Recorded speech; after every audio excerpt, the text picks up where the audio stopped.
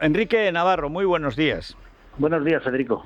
Bueno, ayer cuando hablamos con la vicealcaldesa de Jerusalén, que además, decir, ¿cómo hablaba ese español? ¿Qué español hablaba? Es que ella nació en Gibraltar y habla el español de los llanitos, que es una variante andaluza muy peculiar que se da allí, en todo el llano, en la línea, en toda esa parte, pero especialmente el entorno de Gibraltar. Yo me acuerdo que un día fuimos a Gibraltar y estaba entonces Sergioso Hassan de primero, las jornadas liberales en Cádiz, la Pepa, tal y cual. Fuimos allí, nos recibió y dice: hola, yo soy Sergioso Hassan. Y dice: es que nosotros aquí los llanitos, los briti, no llanitos, los briti. Bueno, pues habla en ese español que es muy simpático. Pero lo que más me llamó la atención es decir, no, estarán 2 días la opinión pública haciéndose los buenos con nosotros, con nuestros muertos, y dentro de una semana, cuando queramos nosotros responder, dirán que hay que ver qué malo es Israel. ¿Tienes tú esa misma idea, Enrique? Bueno, yo creo que el plazo que puso era muy largo. Ya estamos desde el primer día, sí. Ya estamos escuchando voces, digamos, pidiendo primero contención a quien acaba de sufrir un ataque de un terror nunca visto. Y claro, pues obviamente, claro que tiene toda la razón porque al final acabaremos convirtiendo una vez más a los palestinos en víctimas y a los israelitas que son árabes, que son judíos, diríamos en los criminales o en los que al final justifican de alguna forma con su acción estas acciones violentas. Bueno, la manifestación de la Puerta del Sol es la primera manifestación antisemita que tiene lugar en Europa, junto a las habituales en Francia, de profanación de tumbas, etcétera. No es casualidad que sean los comunistas franceses de Mélenchon y los comunistas españoles del gobierno los que encabezan la resistencia a lo que parecía una sanción, vamos, de Catón, es decir, el dinero de los de Hamás que se gastan en violar a los propios europeos que están allí de fiesta y aparecen los cadáveres como esa niña alemana con los brazos y las piernas rotos, desnuda, violada, asesinada y escupiendo sobre su cadáver. Y van, lo primero, dicen que van a prohibir la ayuda para las necesidades básicas, se supone que está, ya se ven que se lo gastan. E inmediatamente después, no sé si tienes más información, hay una reacción, parece que de España y no sé si de Francia, porque Mélenchon está allí diciendo que, bueno, que poco les pasa, que eso es al final lo que se puede deducir, y en muy poco tiempo de pronto Úrsula sale diciendo que en realidad lo van a pensar. ¿Eso cómo se produjo? A ver, yo creo que es evidente que una parte del establishment político, ya ni siquiera diríamos de la izquierda, ¿no? O sea, en general en Europa, digamos, lleva muchos años apostando por incrementar la inestabilidad en Israel, diríamos, fortalecer, legitimar a un Estado que sigue teniendo en su ADN la destrucción del Estado de Israel, y parece de alguna manera que eso es algo que es intocable dentro de Europa. O sea, Europa tiene que mantener una equidistancia entre un Estado terrorista y un Estado demócrata, donde se respetan las leyes, donde conviven árabes y judíos, y de esto no sabemos qué grado de influencia o de distorsión moral existe en alguna clase política para negar lo que es una realidad, que es que nuestra ayuda sirve para que de una forma u otra Gaza pueda cometer estos atentados terroristas. A mí lo que más me asombraba es que seguían diciendo que les permitan crear un Estado palestino, pero si en 2005 ya se fue Israel de Gaza.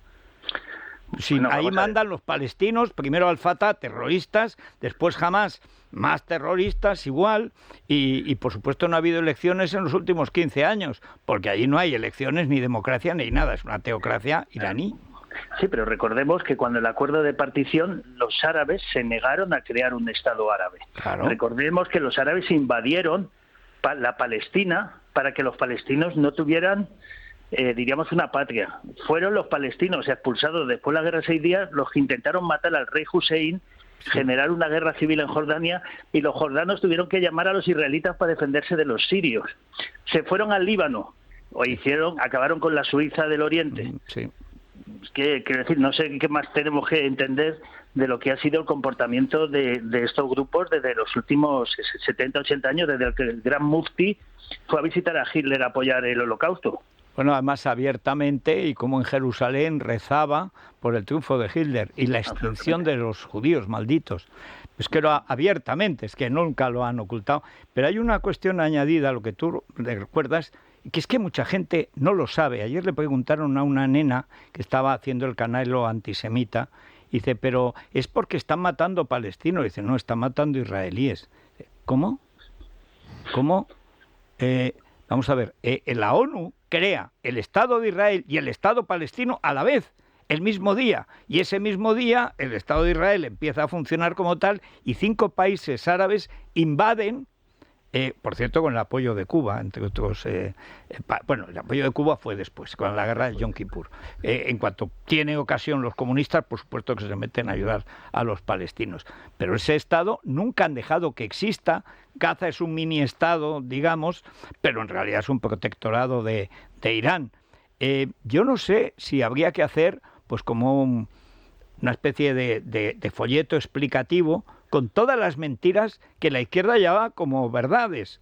Bueno, el articulucho asqueroso que publicó Prada en ABC anteayer, todo lo que decía era mentira, además de antisemita, es que era mentira. Tú recordabas precisamente la creación del Estado palestino por la ONU, a la vez que el de Israel, como nunca se permitió. Pero es que en la guerra de Yom Kippur, que tiene ciertas semejanzas con esto, aprovechando una festividad religiosa, una previa desinformación que indudablemente se ha producido, que se produjo también entonces por parte de los egipcios, pero es que luego de los territorios que conquista Israel, luego se retiró. En este caso del Sinaí, después ha sido de Gaza, creo que era Sharon, primer ministro entonces, que era uno de los generales de la Guerra de los 6 días, estaba entonces de primer ministro cuando se retira Israel de Gaza. Pues la verdad es que la retirada no ha sido un acierto.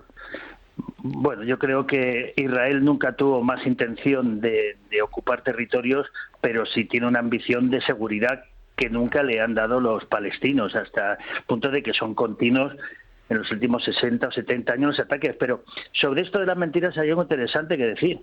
O sea, miles de palestinos de Gaza y de Cisjordania trabajan en Israel. Cada día cruzan la frontera decenas de miles de palestinos que son contratados por ese país al que atacan. Sí. Y la ayuda humanitaria no entra por Egipto, que tiene la frontera cerrada, entra por Israel. Entonces, ¿quién está haciendo más por los... Nadie ha hecho más por los palestinos, por su prosperidad, que Israel en los últimos 25 o 30 años. Pero claro, esa es su debilidad, porque para Al-Fatah, para todos los grupos terroristas que dirigen Palestina, diríamos, la victoria de la prosperidad es su mayor enemigo. Bueno, es que sería su muerte, porque ahora ellos son mantenidos para matar, y si dejan de matar, que es para lo que los quieren los demás países árabes, pues ya dejan de tener una función, son carne de cañón. Claro, pero pensemos una cosa, yo creo que ya todos los países árabes llevan mucho tiempo dándole la vuelta, pues obviamente es difícil manejar las opiniones públicas, pero yo creo que solo le queda a Irán, que realmente es el gran actor en toda esta operación. Yo recuerdo cuando el 11 de septiembre de 2001, ese mismo día tenía yo una reunión con un general de la inteligencia israelita, y cuando vio los atentados dijo, esto está demasiado bien hecho para que sean los palestinos. Claro, bueno, es que nunca son los palestinos. Claro, eso es. Yo recuerdo cuando estudiaba en Zaragoza que había muchos palestinos que estudiaban medicina. Pues la Facultad de Medicina de Zaragoza siempre ha sido muy prestigiosa, ya desde antes de la guerra, desde siempre, en la Plaza de Paraíso. Y entonces había dos grupos terroristas palestinos, que eran Al-Fatah y el movimiento del doctor Abbas, que era un movimiento para la liberación de Palestina y tal, que era todavía más soviético. Es decir, todos luego se entrenaban, pero conviene recordar, Septiembre Negro, que es como se llaman los terroristas de Múnich, es por el Septiembre Negro que tiene que hacer Jordania para matar a los palestinos que van a destruir a Jordania. Y luego cuando van al Líbano destrozan el Líbano, efectivamente, y el Líbano nunca se ha recuperado, que ahora manda ahí Hezbollah, que es una variante de Hamas también iraní.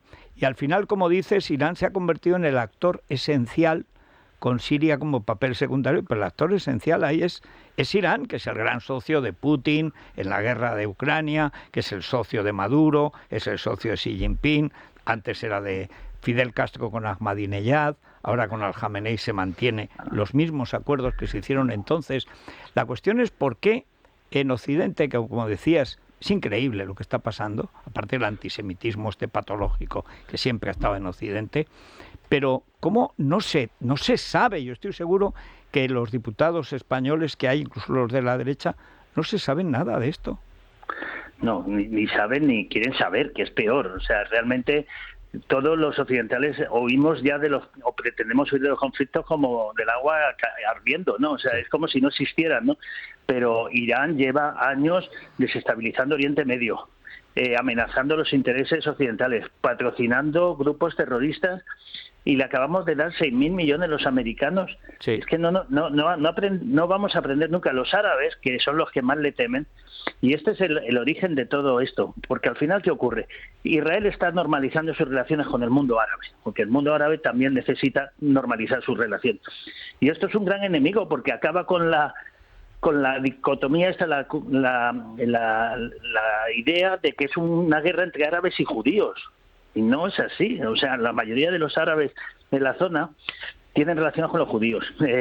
Cada vez son más países. Y esto para Irán es una gran amenaza, porque su gran enemigo es Arabia Saudita. Sí. Bueno, hay que aclarar, perdona Enrique, que es que Arabia es la cabeza del Islam sunita y Teherán del Islam chiita, que se odian a muerte como católicos y protestantes antaño, o sea, pero más. Menos en Gaza. Claro.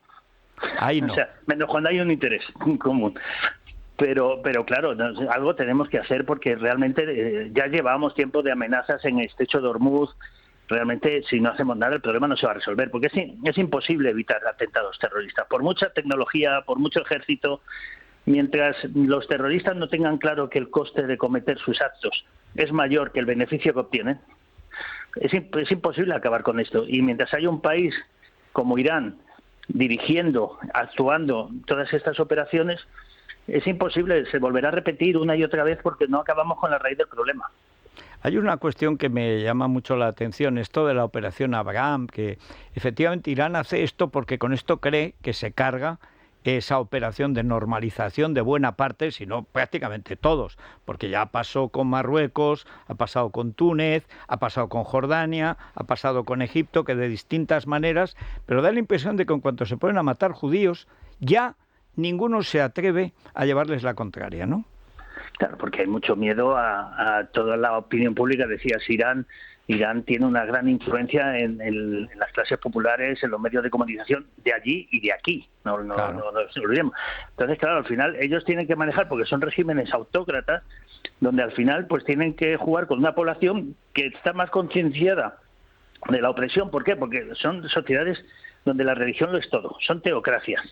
Y claro, cuando es una guerra casi entre dioses, pues es muy difícil explicarle que no tienen razón, porque llevan 1500 años escuchando todos los días que su misión en la Tierra es acabar con los infieles.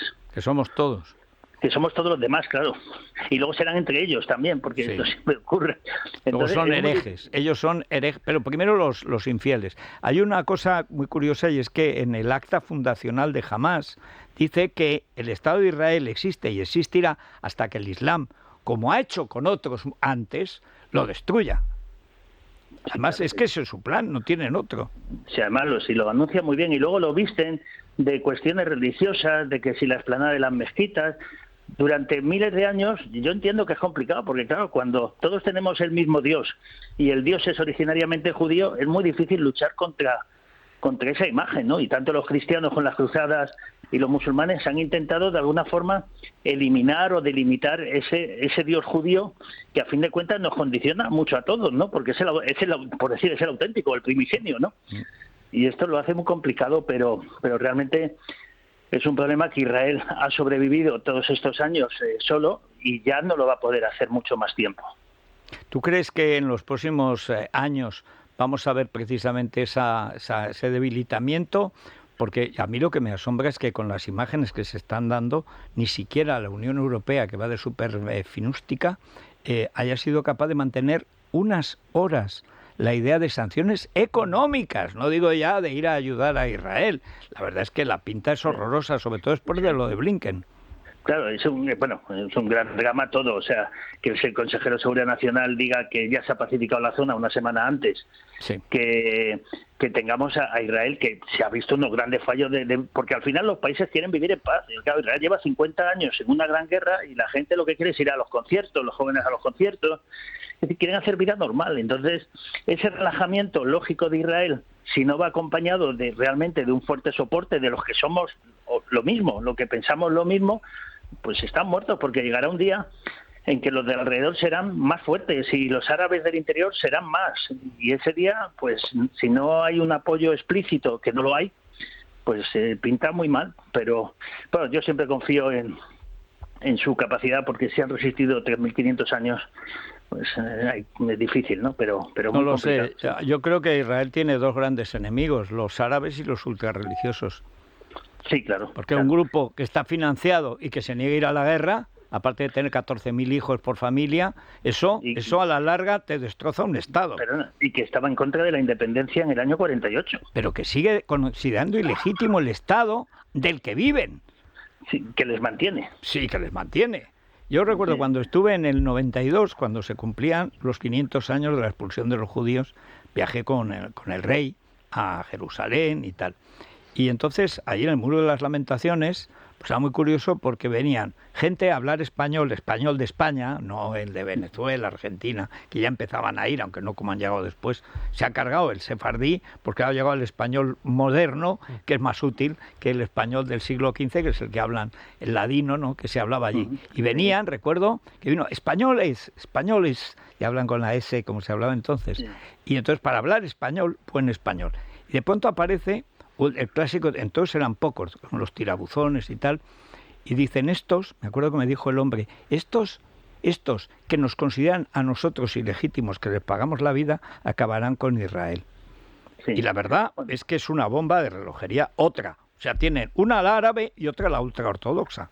No, por eso digo que su supervivencia basada en esta cierta laicización del Estado, en esta europeización, es muy difícil, porque están sembrando sin darse cuenta las semillas de su autodestrucción, ¿no? Sí. Y es muy complicado, porque además Israel significa mucho para Occidente, significa porque son los valores sobre los que estamos asentados. Claro que tampoco que estemos en Europa, en Estados Unidos, no defendemos como mucho, para ni siquiera tenemos claro cuáles son los valores, ¿no? Pues sí.